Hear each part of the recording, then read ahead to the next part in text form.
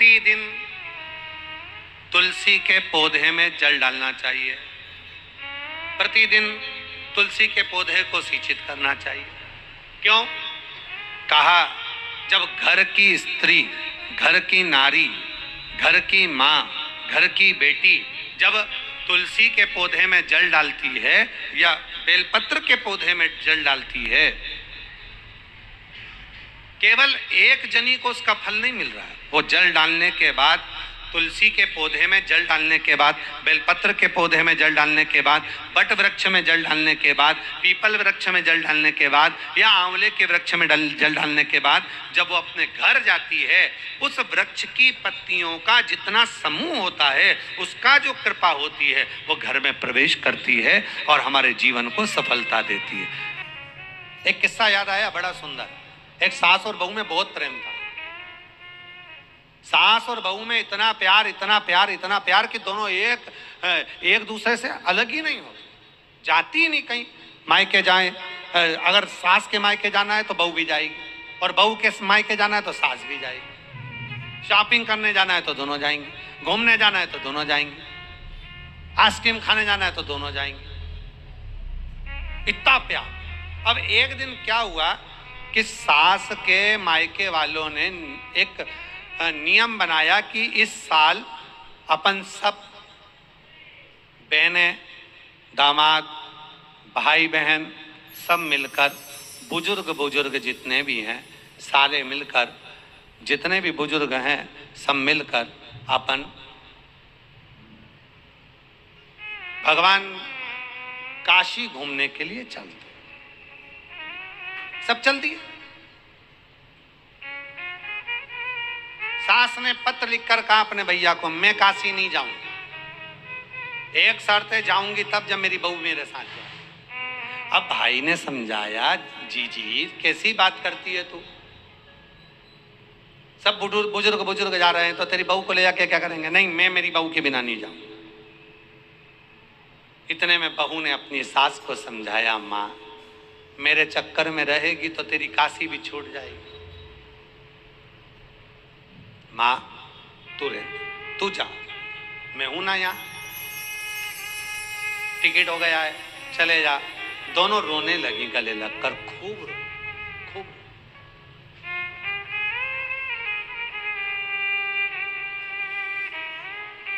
इतने में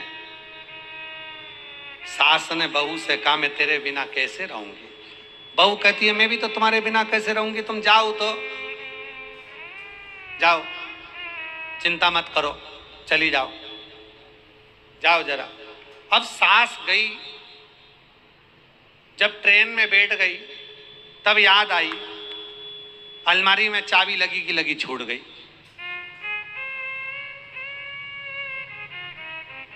बेचैन हो गई। मोबाइल का जमाना नहीं था, नहीं तो फोन कर देती कि चाबी रह गई है। अब उसको तो बेचैनी हो, क्या करे, कहीं कुछ निकल तो नहीं गया होगा। भले प्यार है, भले प्रेम है, फिर भी शंका है, कुछ निकाल तो नहीं लेगी, कुछ रह तो नहीं गया होगा।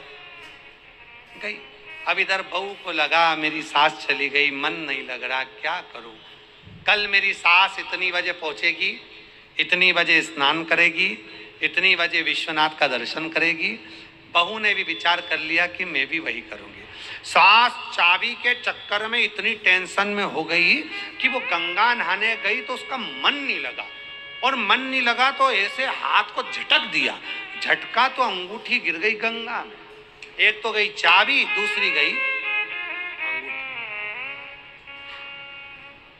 अब गंगा में गिर गई अंगूठी। आज बहू ने विचार करा, मेरी सास इतने बजे नहा रही होगी, मैं भी गंगा नहाऊंगी। सास लाई इतना बड़ा भगोना, बर्तन, उसमें भर लिया पानी, एक ढक्कन डाल लिया गंगा जल, और बहू कूद गई भाई पानी में, बर्तन के अंदर घुस के उसमें लगा रही डुबकी, और कहे, गंगा मैया, विश्वनाथ जी मैं काशी तक तो नहीं आ सकी, कृपा करना, मेरे स्नान का फल, काशी के स्नान का फल मुझे यहीं देना। ये समझ लेना कि मैं गंगा नहा रही हूँ, काशी में हूँ। जो डुबकी लगाई, डब्बा में पानी भरकर नहा रही थी, अंगूठी सिर पे गिर गई। कौन सी अंगूठी? जो सास की गंगा में गिरी थी, वही अंगूठी इसके सिर पे गिरी। अंगूठी ली, ये तो मेरी सास की है, ये अंगूठी कैसे आ गई? अंगूठी मेरी सास की है, ये अंगूठी कैसे आई? जब सास वापिस काशी से, गंगा से सास जब वापिस आई, बहू से कहा मैं चाबी भूल गई थी मम्मी, मैंने संभाल के रख दी।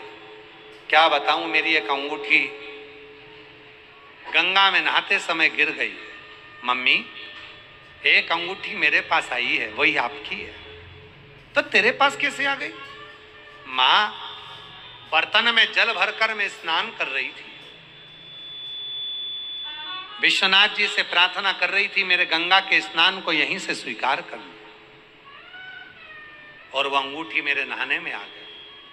सास ने बहू को गले से लगाया, बेटा, तन के तीर्थ से बड़ा मन का तीर्थ होता है। तन के तीर्थ से बड़ा मन का तीर्थ।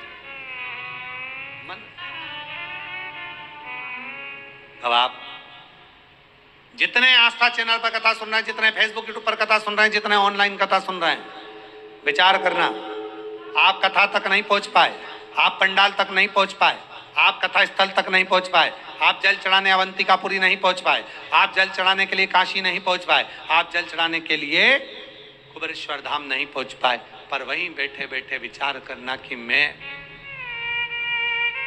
बाबा कुबेरेश्वर की भूमि पर बैठकर कथा सुन रही हूँ।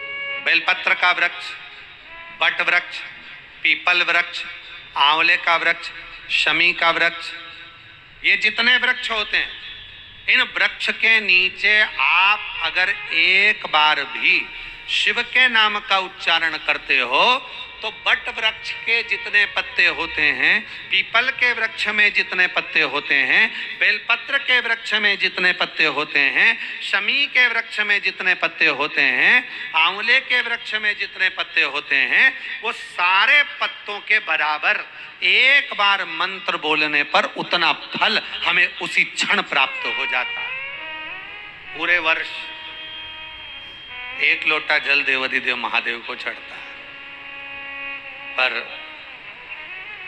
श्रावण का महीना एक ऐसा महीना है जिसमें हमारे घर में सुख संपदा, वैभव, लक्ष्मी, वंश वृद्धि और मंगल कार्य के लिए, शुभ कार्य के लिए बाबा देवाधिदेव महादेव को 2 लोटा जल। एक प्रथमेश नाम का एक ग्वाला था जो शिवजी का बड़ा उपासक था। उसका एक नियम बड़ा पक्का था, जैसे आप सबका एक नियम है ना शिवजी को 1 लोटा जल चढ़ाने का। उसका नित्य एक कार्य था। प्रथमेश भगवान शंकर का भजन करने वाला, शिव का स्मरण करने वाला, शिव भक्ति में रमने वाला, शंकर जी के मंदिर में जाकर 1 लोटा जल चढ़ाना, शिव नाम का उच्चारण करना और शिव मंदिर में सफाई करना। प्रथमेश भगत की, प्रथमेश ग्वाले की कथा कर रही है। प्रथमेश ग्वाला शिव के मंदिर में, शिवालय में जो सेवा में लगाए, बाबा की भक्ति में लगाए, बाबा के भजन में लगाए, बाबा के स्मरण में लगाए, बाबा के मंत्र जाप में लगाए, बाबा के नाम जाप में लगाए, वही प्रथमेश अब उसका पूरा भार शिव का। उसकी आ गई पोती की शादी, पोती का भी बाबा। धर्म पत्नी ने निवेदन करा, पोती की शादी है, अब तुम मंदिर ना जा, अभी थोड़ा दिन तो मंदिर ना चाहिए। पोती का विवाह है, पोती की शादी। जब घर में उत्सव होता है, लोग मंदिर जाना छोड़ देते। घर में बहुत सारा फैलारा, मेहमान आ गए, इतने सारा काम पड़ा हुआ, इतना सारा फैलारा पड़ा हुआ, मंदिर कौन जाएगा? मंदिर ही नहीं जाएगा। पर शिव महापुराण की कथा कहती है, जब घर में कोई मंगल कार्य हो, घर में कोई शुभ कार्य हो, घर में कोई अच्छा फंक्शन हो, तो मंदिर में 1 लोटा जल जरूर चढ़ा कर आओ, बाबा को धन्यवाद देकर आओ कि तेरी कृपा से ये शुभ कार्य हो रहा है, तेरी कृपा से ये सब कार्य हो रहा है, और तू कृपा करना तो ऐसे शुभ कार्य हमारे जीवन में होते रहे। प्रथमेश के घर वालों ने कहा कि अब तुम मंदिर नहीं जाओगे। प्रथमेश ग्वाला जो बुजुर्ग था, घर के लोगों ने कहा दिया अभी तुम मंदिर नहीं जाओगे, कल तुम्हारी पोती की शादी है, जब तक पोती विदा नहीं हो जाती, जब तक पोती अपने घर के लिए डोली में बैठ कर नहीं चली जाती, तब तक तुम मंदिर नहीं जाओगे। अब तो प्रथमेश का हृदय भीतर से व्याकुल होने लगा। प्रथमेश रो पड़ा। प्रथमेश ग्वाले के नेत्र में जल भर गए, आंख से आंसू बहने लगा, नैनों से जल निकलने लगा।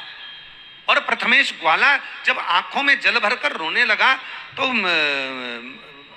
विलाप करने लगा, मैं रोज मंदिर जाता हूँ, रोज शिवालय जाता हूँ, रोज देवालय जाता हूँ, रोज शंकर के मंदिर में पहुंचता हूँ, रोज शिव जी को एक लोटा जल चढ़ाता हूँ, रोज शंकर के मंदिर में झाड़ू पोछा करता हूँ, पर आज मेरा बाबा मुझे, आकाश से बड़ा मन का आनंद होता है, नारी से बड़ा नारी का सुहाग होता है।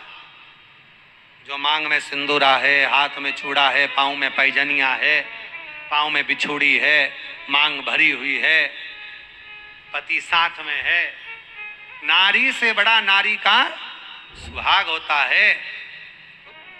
प्रथमेश अंदर से बेचैन, दरवाजा का मुझे मेरे बाबा के मंदिर। प्रथमेश का मन नहीं लग रहा था, बैठ गया अंदर ही।